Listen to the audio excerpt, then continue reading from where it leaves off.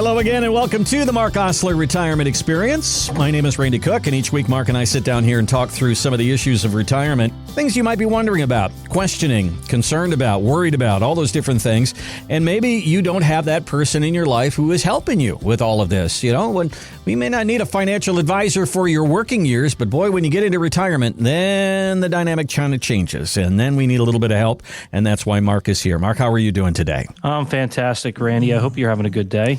Absolutely. Had a pretty good Labor Day. We were just kind of talking through that a little bit here and saying, I got a great neighbor. He's really good with a smoker. So he just puts out the word, anybody need ribs for Labor Day? And there it is. I don't have to do that. That is a gift right there, Randy. Oh, my gosh. No, I did do some grilling this weekend, not on Labor Day, but I will tell you that I did some grilling, and I did some ribeyes. We have a searing station on my grill. There you go. And it just nails them. And I was just, I like a medium. I think that's a nice place to have a good ribeye, get a nice char on that thing, but boy, did we crush those things. All right, we got to go now because I'm getting hungry. Well, what we want to have is a great retirement for you and plan through it. And there's a lot of wonder out there and questions out there. So that's what we try to do here on this show. And right now, all of the financial talk seems to be about interest rates, and President Trump wants interest rates to come down, and there's a lot of pressure on that. And then Jerome Powell getting together with his people coming up in a couple of days here, and the thought is that they're probably going to cut 0.25%, but are they going to do much more than that? Kevin O'Leary, he's that guy from Shark Tank. He's on the financial networks an awful lot. He thinks that they probably will stop at one cut. The economy's on fire. We're killing it, period. You're not going to see rate reductions with this strength in the economy right now. I am not investing on the hopes of any rate cuts this year. You got 95% chance of a 25 basis point reduction in September, but that's it. Kind of interesting because I know the pressure is, President Trump thinks we should be down in the ones.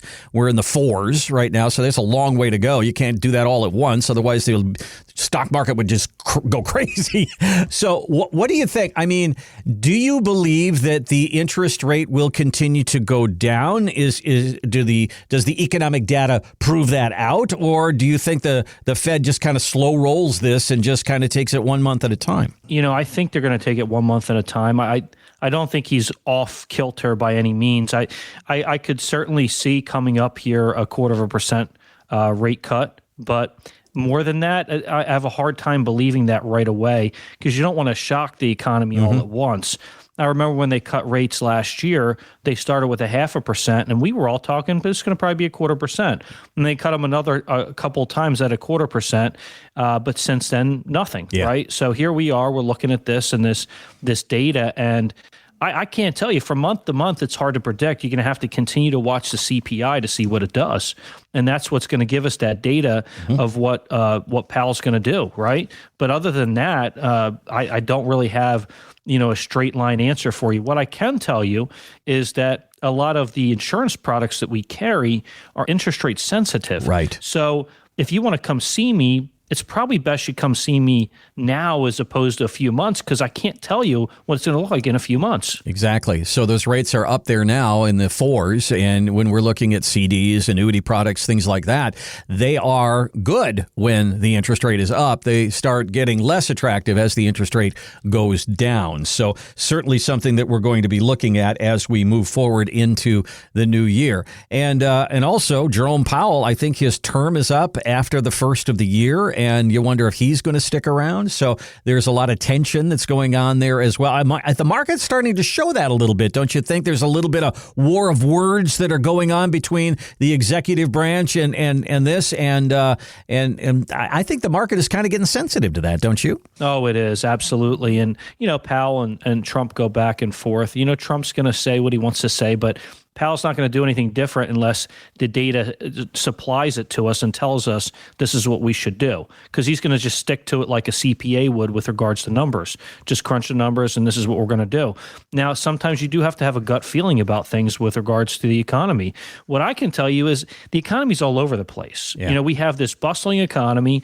Things look fantastic. The housing market, there's a lot of question marks there because we did have the commercial real estate notes that were coming due over the last 3 years, 2024, 2025, 2026, quite a bit of notes coming due, and we've noticed the effects of that. I don't think we're in an 07 to 09 environment, but I certainly notice a few things happening there, so it has my concern. I look at things and I say, okay, can these numbers change now? Are these numbers going to change next month, the month after? I couldn't tell you for sure. What I can tell you is that the economy is showing us that we don't know exactly where we're at right now, other than things look okay, right? Mm-hmm. Other than that, when I look at the stock market, it just keeps going up and up and up. But I've seen these times before, and I know history repeats itself, so we need to watch this thing carefully. Yeah, I think the inflation number is something, it doesn't make any difference. I know that everybody said tariffs were going to cause inflation, and up till now, it really hasn't. But I still see lots of articles that say it's around the corner, it's 3 months away, it's 6 months away, and the way the Fed fights inflation is by... Is it raising interest rates that they fight inflation with? And do they believe that that's where they're going to have to be? Or do they lower interest rates when inflation goes up? What is their role there? Well, that's a great point. Just kind of going back to what the Fed did before, when we started noticing the massive inflation, the Fed said, okay, we need to steadily raise interest rates so we don't fall into a recession. Okay. Well, what they did was they rose them in 11 out of 16 months. So that's pretty fast. And they didn't do it steadily. They did it fast because they were afraid of a recession. However, I would say that we felt the effects of a recession without it ever being defined. And so there were some things that occurred. Now, I know that people like to use that broad spectrum of 2 quarters of a negative GDP or 2 consecutive quarters of a negative GDP. It defines a recession. But, that didn't happen from 2000 to 2002. So it doesn't always have to happen. What I can say about with regards to what they want to do, that's what they want to do. And then when do they cut rates? They cut rates when they feel like things have leveled off and they need to cut them back because inflation so much is going to hurt the housing market for people buying houses and stuff. Wow. Think about first-time home buyers. Yeah. Prices went way up, but so did interest rates. Can they afford this stuff? It's a balancing act, and we're right in the middle of it. And so what does it do for you as you're preparing for retirement? As Mark has said, that there's certain products that are interest rate dependent, and those things can go up and down. That's what we want to, we went through that period of time where we talked about, Tina, there is no alternative because interest rates were way down and the market was the only place to be. Now we have some more choices. Are some of those choices going to go away? Well, it's certainly worth a conversation. Give Mark a call. When it comes to your retirement, figuring out where your check is coming from, what your taxes are going to be, all these different things and questions that you have about retirement. Let's get them out on the table. Let's get you some answers. MoreToRetire.com is our website. MoreToRetire.com. There's a place to put some information in there, and our team will reach out to you or call 984-300-1984. 984-300-1984. We got a lot of questions about retirement, and one of them is, how much should we spend when we get into our retirement years? And Fiona Gregg is the head of investor research. She's supposedly inside our heads if you're a Vanguard investor. And she did a study about how people spend in the first 5 years of retirement. And she says it kind of falls into a couple of categories. Some people do nothing. They just go on hold because they're scared. Other people, they say, hey, I'm all in. I'm on. It's like a starting gate and a gun goes off and off they go. Here's Fiona. I mean, we basically saw 3 different behaviors. About half of people take withdrawals at some point over the 5 years. And a quarter of people didn't touch the money for the full 5 years. And a quarter of people took it all out in the first year. Okay. All right. So we got half the people that seem to be doing okay, and the other half of the people either go all in or all out. So this to me talks about what you and I say every week, that we need some kind of an income plan. We need some kind of a spending plan. Talk to me about how you create that, Mark. Sure. There are a lot of strategies we like to look at when we're coming close to retirement or in retirement. Obviously, the longer time period you give me before you retire, the more helpful it is. Now, if you're already in retirement, we can work with that as well. What I will say about that is that you do want to get a steady stream of income set up. And a lot of folks wonder, what's the best way to go about that? Well, it's a little different for everyone. With some folks, we might look at growth and just simple withdrawals just because you have so many assets. For some people, we might want to just make sure that we have some type of guaranteed income, and that might be from a lifetime income rider. And we call that guaranteed income just simply because it's called a guaranteed lifetime income rider. And sometimes those are the ways to go about it. They kind of took place of the old annuitization annuities, the immediate annuities. So what an income rider does is you put it on an annuity, and you pay usually a fee. Usually it can vary, but let's just generally speaking, when you pay for that fee, what it does is you select a date that you want to turn on the income, and it takes the withdrawals from the contract, and it guarantees that stream of income for either your lifetime or the person you're married to with each other, spouse, and getting that lifetime income. But what it does different than an immediate annuity is that it will make sure that you have a death benefit if you don't use up all the money. So if you don't use up all the money in your lifetime or your spouse's lifetime, then it will leave a death benefit. With an immediate annuity, it just kind of pays out, and that's how that works. So there's a little bit of a difference there. You're listening to the Mark Osler Retirement Experience, and you can find us online at moretoretire.com. Knowing how much you can spend each month in retirement, that's going to take a little time to figure all that out. If you tried to go on your own, you'd be doing kind of trial or error, and you don't want to make a mistake along those lines. Why not have a plan for what you spend in retirement? Why not have a plan for taxes and estate planning and Social Security? Why not have a written plan for all of it? And that's what we're talking about here as we do this show. Give us a call. Give us a look on our website. Let's put some actual numbers down on paper. Really do the math on your retirement. That's what this is all about. moretoretire.com is our website. Just spell it out. moretoretire.com or 984-300-1984. 984-300-1984. So when you think about taxes, I think about April 15th. I think about what comes out of my check every month when I get paid.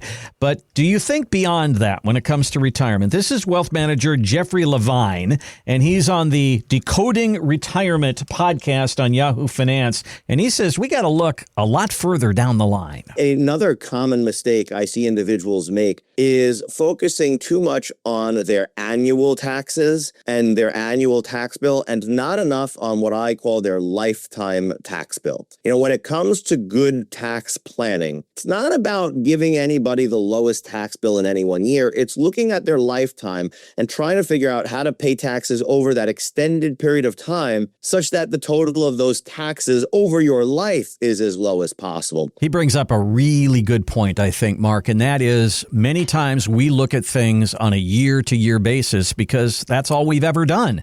But when we get to retirement, we got to start looking 20, 25 years down the line. What is my growth? 25 years. What are my tax bills? 25 years. What are my fees for 25 years? And I don't know that most of us know how to figure that stuff out. Yeah, I'll be honest. When I look at this and I talk to folks about this, one of the questions that comes up is, should we do some traditional IRA conversions to Roth IRA?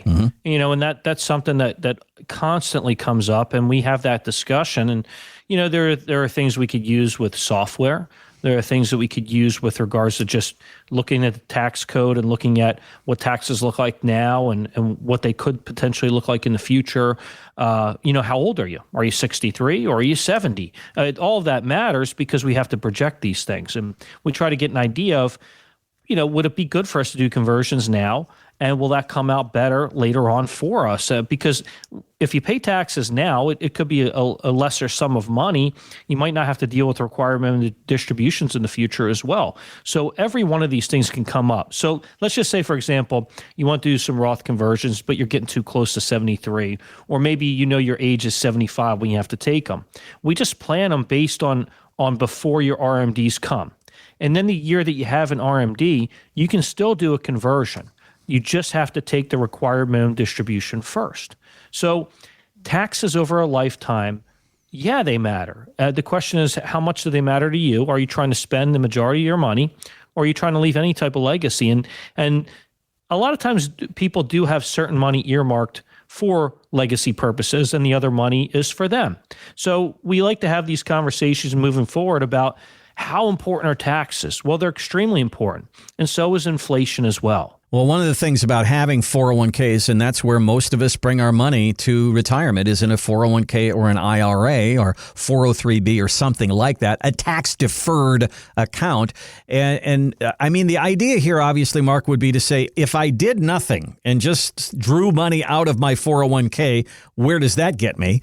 If I did this conversion that you're talking about, where does that get me? And just kind of compare all of those numbers. I think that's kind of what everybody kind of wants to see on paper, and then make your own decision. Absolutely. That's why we want to get down to the pen and paper and get an idea of what you might be facing. And so we have these conversations. You come in. Where we start, Randy, is we all start with my website. So let's just say, for example, you want to meet me. If you don't call in, you can always go to my website, moretoretire.com. If you want to know more about what we do, we have a financial pathway to more, and we have 5 steps through that process. We'll go through those later on, but you can read those on my website, moretoretire.com. Now, if you want to send me something, what you could do is you could scroll to the bottom of the page. You can fill out information about yourself and say, I want to hear from you. I'd like to talk to you. I'd like you to review my portfolio. And then if you want to take it a step further, you can send me your portfolio on my secure upload button on my website and just let me know you did that. We do retrieve that securely, and then we run a report. So we run a report simply because we want to identify certain factors.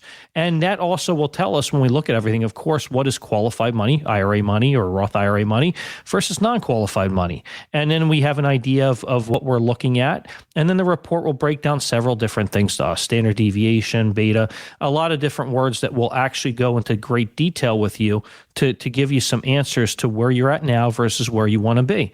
Because what's going to happen is, at this point, we talk about taxes. Well, this report is going to tell me where you're at versus where you want to be and what your taxes might look like in the future. We want to always involve CPAs or accountants that you work with so that we get good detailed information to you.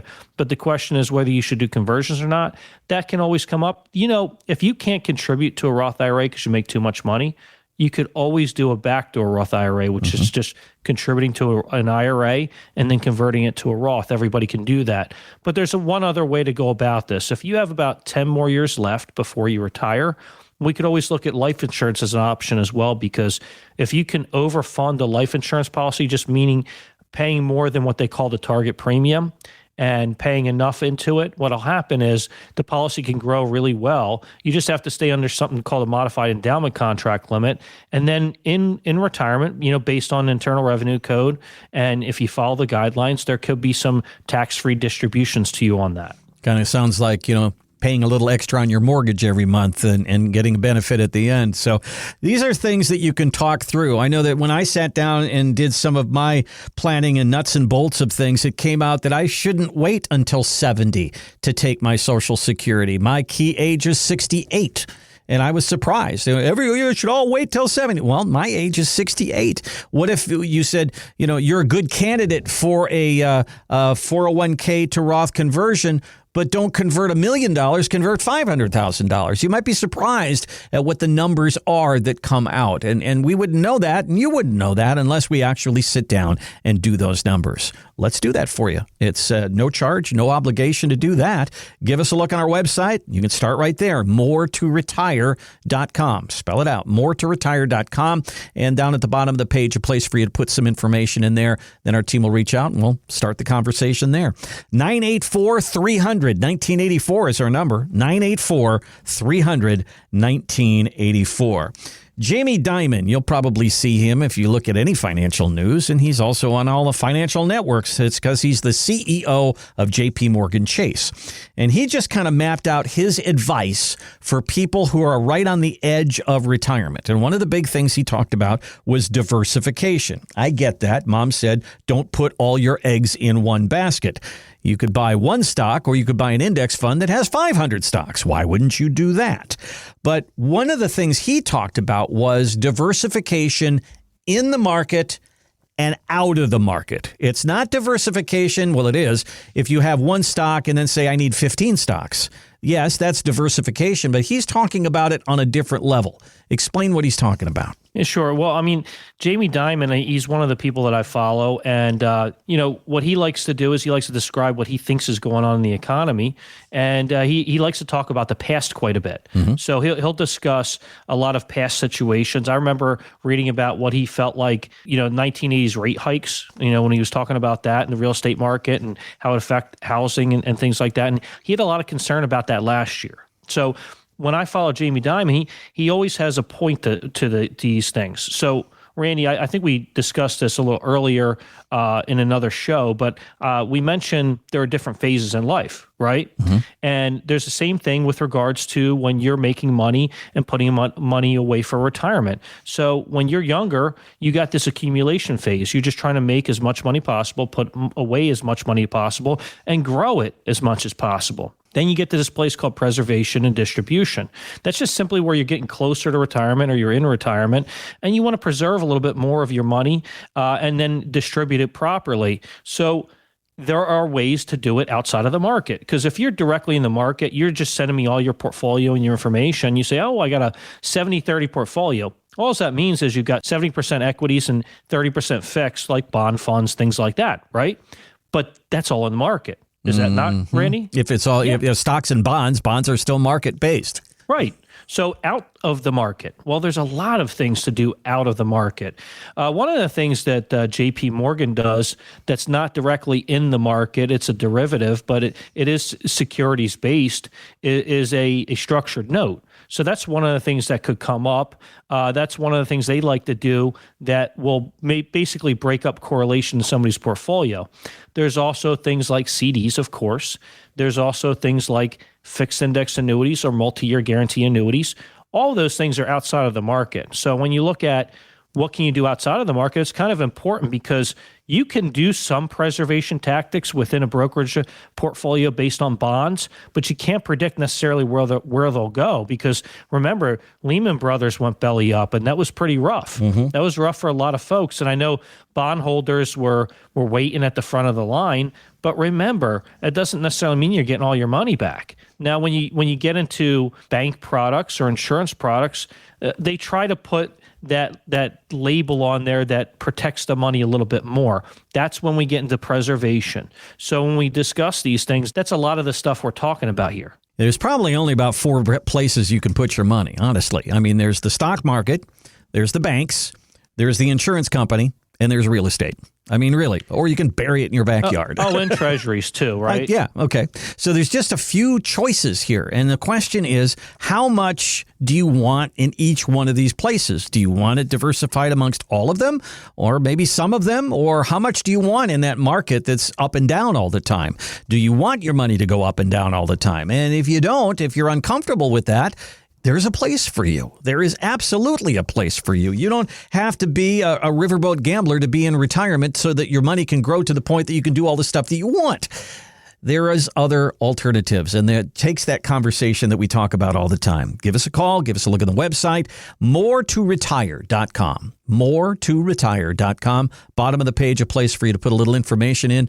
Mark and the team will reach out to you, start the conversation, and let's just get your questions out on the table and see what you're worried about and concerned about. Maybe that leads to us having a meeting and putting the papers out on the table. You can also call 984-300-1984. 984-300-1984. We'll take a break, come right back with more of the Mark Osler Retirement Experience.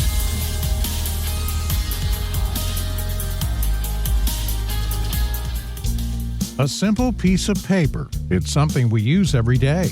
For the most part, it does what it's designed to do. It sits there flat on your desk as a placeholder for information. But with a couple strategic folds, suddenly your flat piece of paper becomes an airplane and flies across the room. Your 401k is kind of like that flat piece of paper. It just sits there as a placeholder for your money. Mark Osler can show you those strategic moves to take your 401k from just sitting there to creating the income you need for retirement. Call today for a free no-obligation meeting. 984-300-1984. That's 984-300-1984. Or online at moretoretire.com.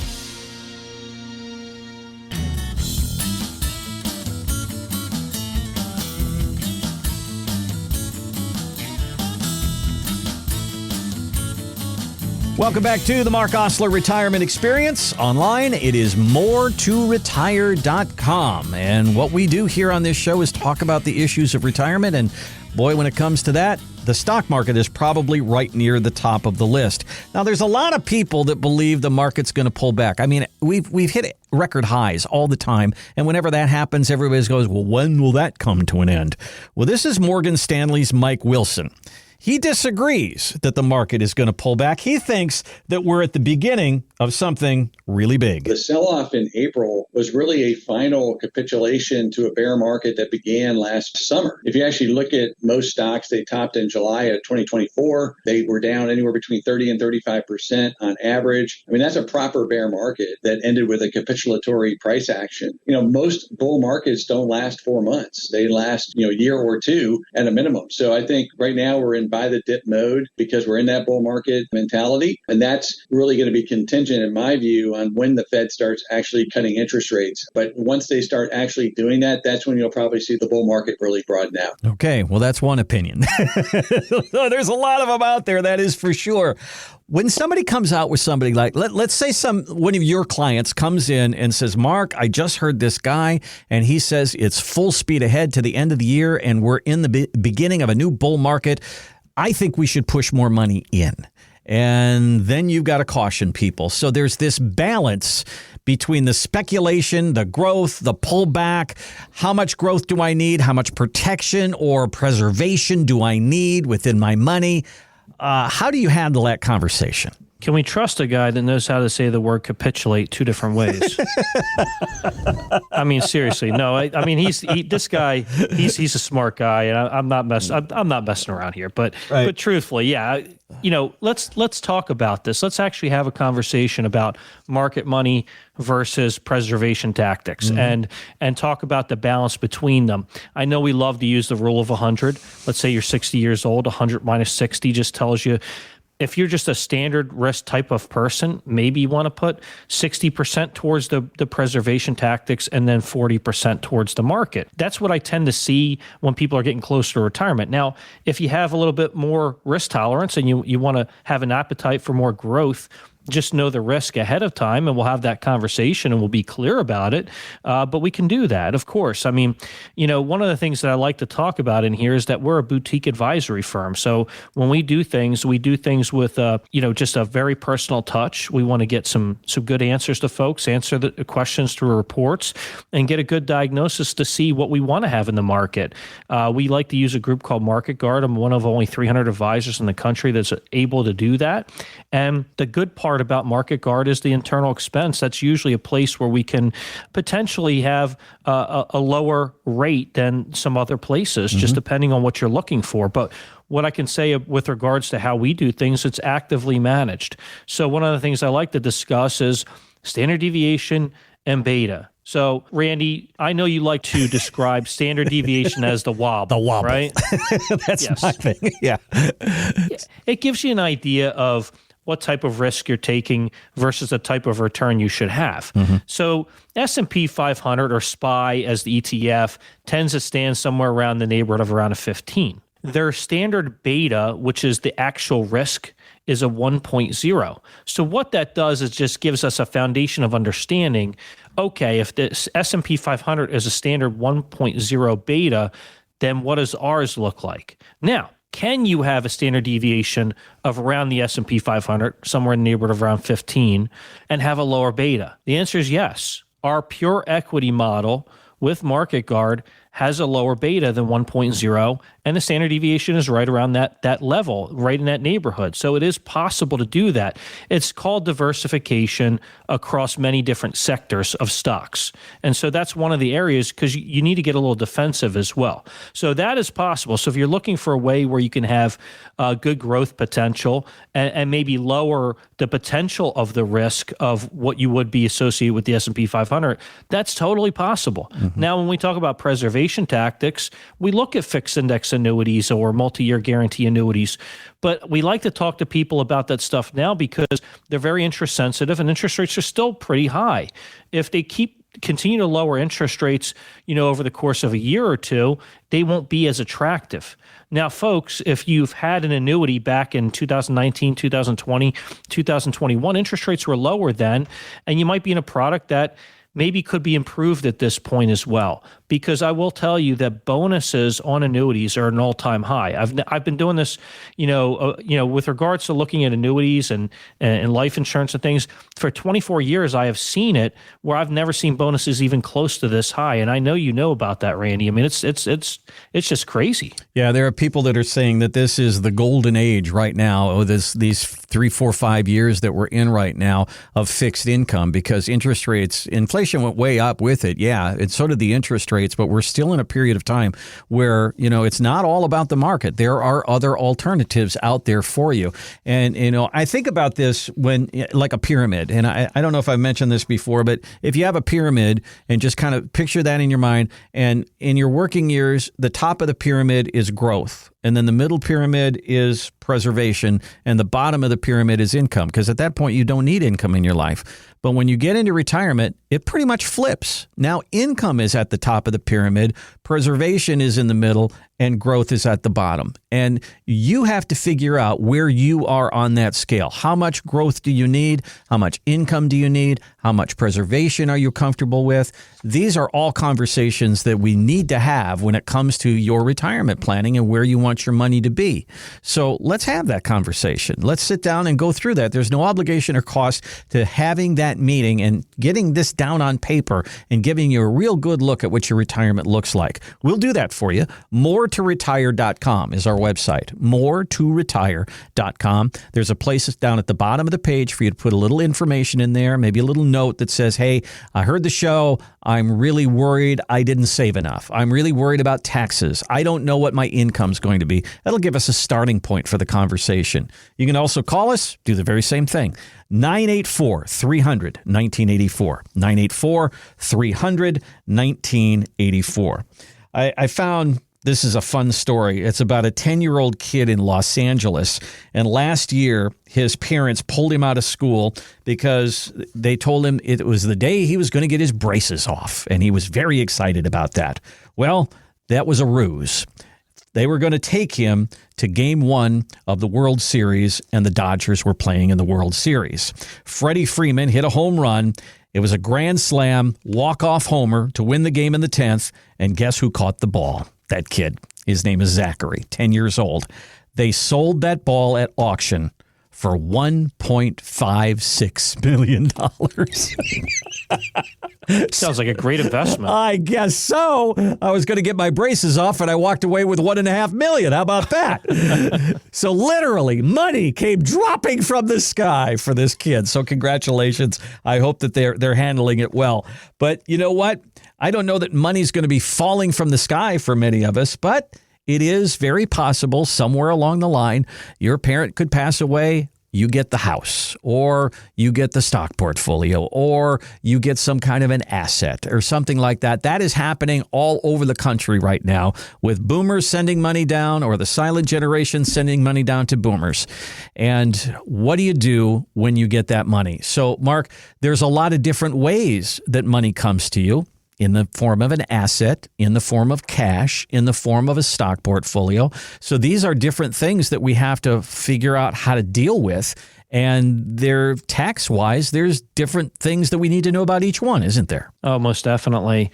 One of the ways that we look at this is, what do you have? What are you receiving IRA-wise? Mm-hmm. So we have that conversation because a lot of folks don't know, about the inherited IRA rules now versus where they were before. So a non-spousal inherited IRA is anybody other than a spouse. So if it's a kid or other relative, you can retrieve that money as an IRA and take it over as an inherited IRA, but you have to exhaust all of it within a 10-year period of time of the person's death. Now, based on the rules, they also require you to take at least a required minimum distribution every year.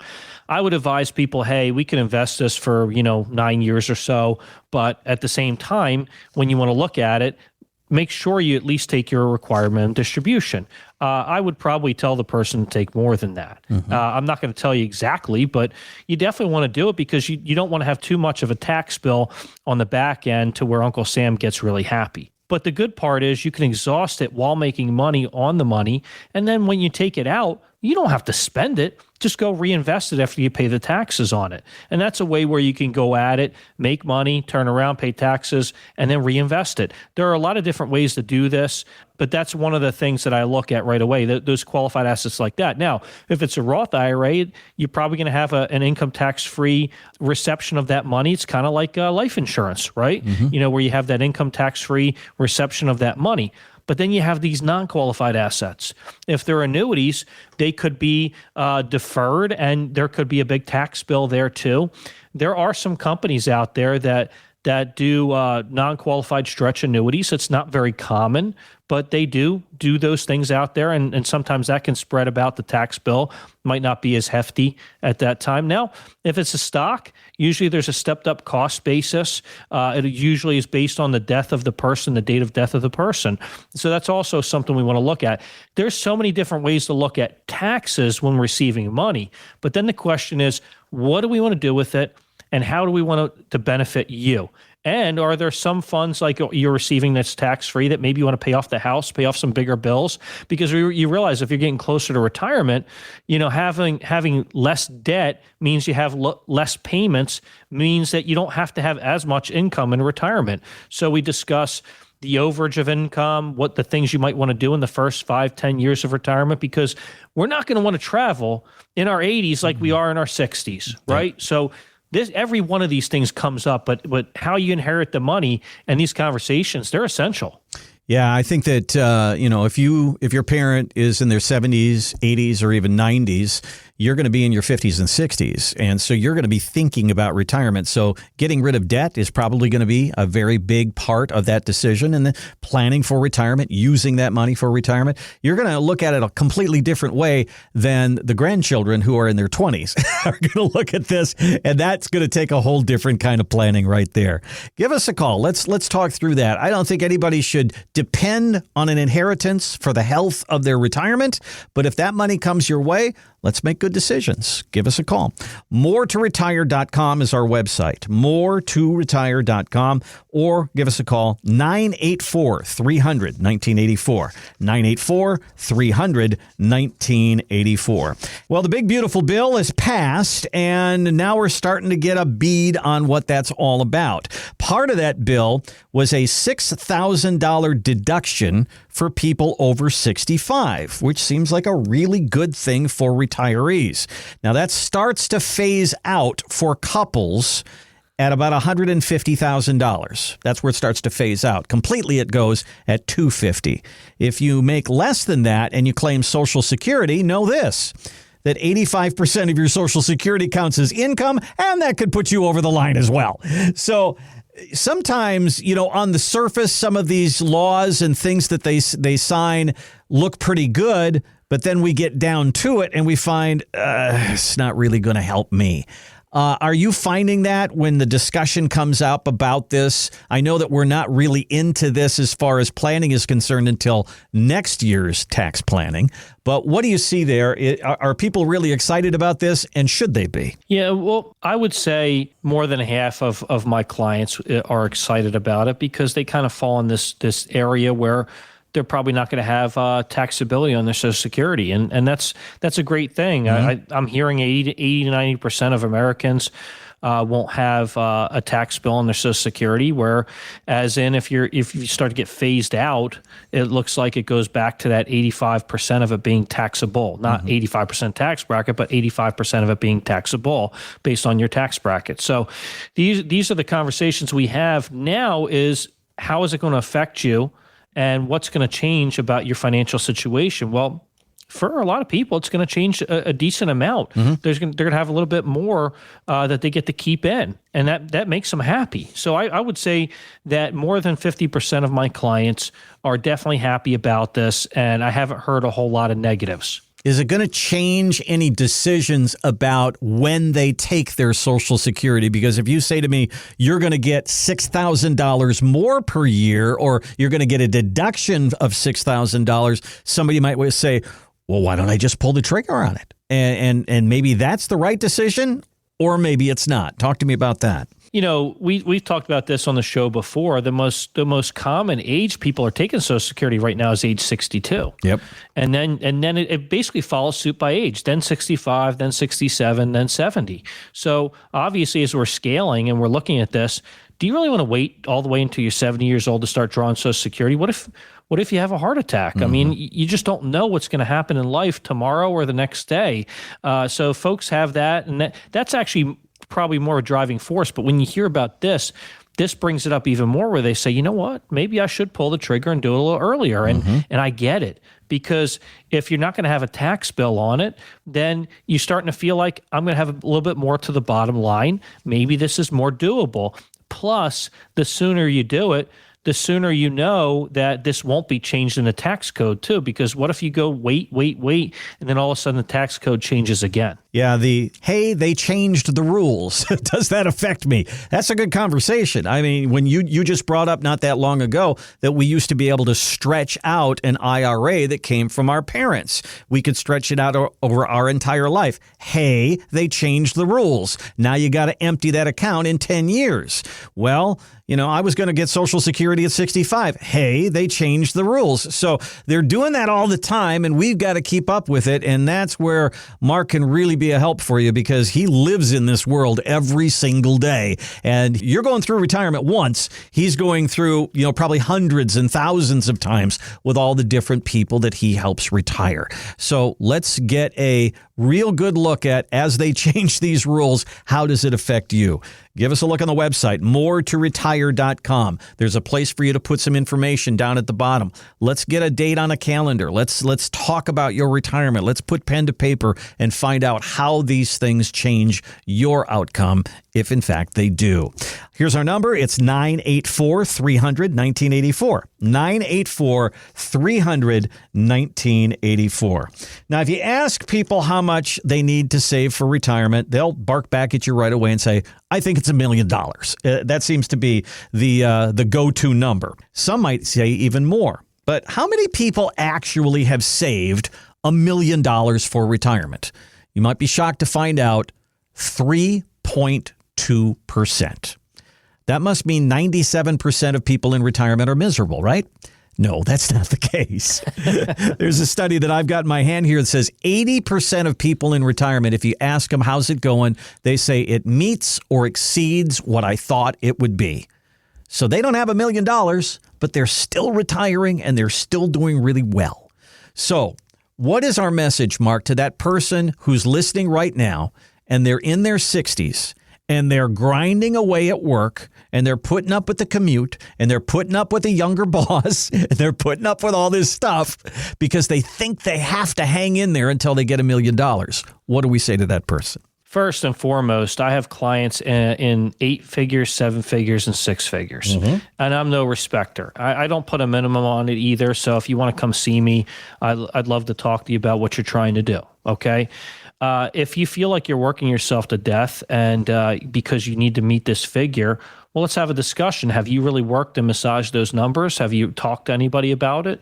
Why not have a discussion with me? Because maybe you don't need it. I mean, I literally have this conversation with people all the time where we figure out, look, we're going over the numbers right here. Are you hearing this? Are you listening to what I'm saying out loud right here in my conference room? You've got it.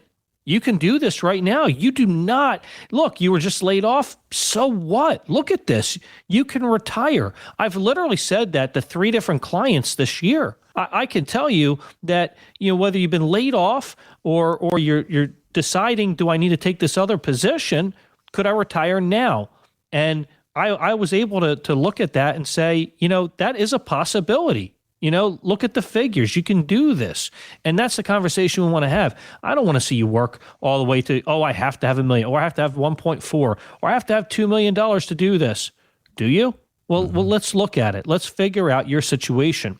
Because if we cut back on what you owe, and we cut back on certain things that maybe you think you don't need, or maybe you want to downsize a home, there's a lot of different things that come up in retirement. But we do want to plan for taxes and inflation as well. So that's a part of what we plan for. And then Social Security, I'm always careful, Randy, because we still haven't fixed the system.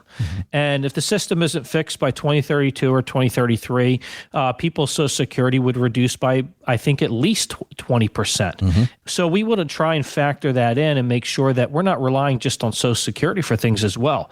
So every one of these things are a serious discussion about what you can expect in retirement. You hear these stories all the time of that person who thought they needed this number, and they worked and they worked and they worked and they worked, and they finally got to that number, and then they retired, and then they passed. They had a heart attack. Some health thing happened, or something debilitating took place, and they had lost those early retirement years where they could be out there traveling and doing all the things that they wanted to do, and now they can't do them. There's such sad stories, and I don't want any of those stories to happen to any of our listeners, because, Mark, there is a window there, and you've talked about it. When you get past 75, that drive to go out there and travel around the world or get in the RV or do all that stuff, it gets a little harder. And so you want to have that period between 65 and 75 where you can do that stuff and do it with confidence. And I don't want to hold anybody back from that, because the numbers might be there and they don't even know it. That's right. And that's the conversations we like to have, because yes, you're not going to feel the same from 65 to 75 to 85. It all changes. We talked about that, those time periods. You're traveling in your 50s and your 60s. You get to 75, you don't feel like doing it as much. You get to 85 and you start to notice certain types of decline with the person. And that's important to understand. And we want to always understand what's next. So we always try to prepare for all of these things. And we want to do that with you. We want to be there to hold your hand, answer your questions, and let you know it's okay to call me and ask questions. A lot of folks will say, "Oh, I don't want to take up all of your time." I understand. If it's long-winded, we just schedule an appointment and we get to it. But I am here for that. That's my purpose. My purpose is to help people as much as I can. And I feel like that's my God-given purpose here is to help folks. And my objective is to answer those questions for you and see you get retired, because you don't want to work like this the rest of your life. Now, look, not everybody can do what they love to do for a living. I love doing what I do for a living. And if my health holds up, I'll do it as long as I can, to be honest with you, Randy. So we got a couple of minutes left here. Let's talk about what happens when somebody goes to your website, moretoretire.com. I always say, go to the bottom of the page, put your information in there, and then we'll reach out to you. Talk to me about what happens when somebody reaches out. What is the process at that point? Sure. So step one would be our treetop view. We want to get an idea of what you've got and maybe where you're going with it. And then step two is really just discovering your retirement desires and looking at some dates and things like that. And then step three would be us putting together a retirement plan for you. It depends on how quickly we do this. It just depends on how quickly you get the data to us. You could always use our secure upload button on our website, or you could bring it to me in person. I'll make copies. If you want to black out your account number, perfectly fine too. That does not bother me, simply because I don't need it. I just want to run a report and answer questions for you. Of course, we want to make ongoing changes and adjustments if you become a client. That would be step four. And step five is just support. We're there, we're going to help you, and we're going to be here for you. There's a team of 4 of us, and we're here to help you. Yeah, I think that having that ongoing support. Mark, should I rent that place that I found in Florida, or should I buy that place I found in Florida? Because we didn't even know this was in the cards, and now we found the perfect vacation spot. We want to spend 3 months there. How do we deal with that? Should I rent the car? Should I lease the car when I'm 75 years old? There's financial stuff that's going to come up in your life, and then you want to help your grandchildren with college or something like that. Can I afford to do that without hurting my retirement plan? See, these are the kind of questions that are going to come up along the way, and you're going to want to have some financial help along there too. give us a look on the website. Give us a call, moretoretire.com. That's moretoretire.com. Bottom of the page. Again, put in a little information. Mark's team will reach out to you. Or call us 984-300-1984. 984-300-1984. We hope you have a great weekend. We love bringing you this information. You can check out our podcast as well. We'll be here next week. We hope you will be too on the Mark Osler Retirement Experience. Insurance products are offered through the insurance business Mark Osler Retirement Experience. Mark Osler Retirement Experience is also an investment advisory practice that offers products and services through Impact Partnership Wealth LLC, a registered investment advisor. IPW does not offer insurance products. The insurance products offered by Mark Osler Retirement Experience are not subject to investment advisor requirements. Investing involves risks, including the potential loss of principal. Any references to protection, safety, or lifetime income generally refer to fixed insurance products, never securities or investments. Insurance guarantees are backed by the financial strength and claims paying ability of the issuing carrier. This radio podcast is intended for informational purposes only. It is not intended to be used as the sole basis for financial decisions, nor should it be considered as advice designed to meet the particular needs of an individual situation. Mark Osler Retirement Experience is not permitted to offer, and no statement made during the show shall constitute legal or tax advice. Our firm is not affiliated with or endorsed by the U.S. government or any governmental agency. The information and opinions contained herein are provided by third parties that have been obtained from sources believed to be reliable, but accuracy and completeness cannot be guaranteed by Mark Osler Retirement Experience. Market Guard is a firm that provides investment signals as well as portfolio allocation recommendations for a wide variety of model portfolios. Market Guard does not offer advice or enter into fiduciary relationships. Please remember that converting an employer plan account to a Roth IRA is a taxable event. Increased taxable income from the Roth IRA conversion may have several consequences. Be sure to consult with a qualified tax advisor before making any decisions regarding your IRA.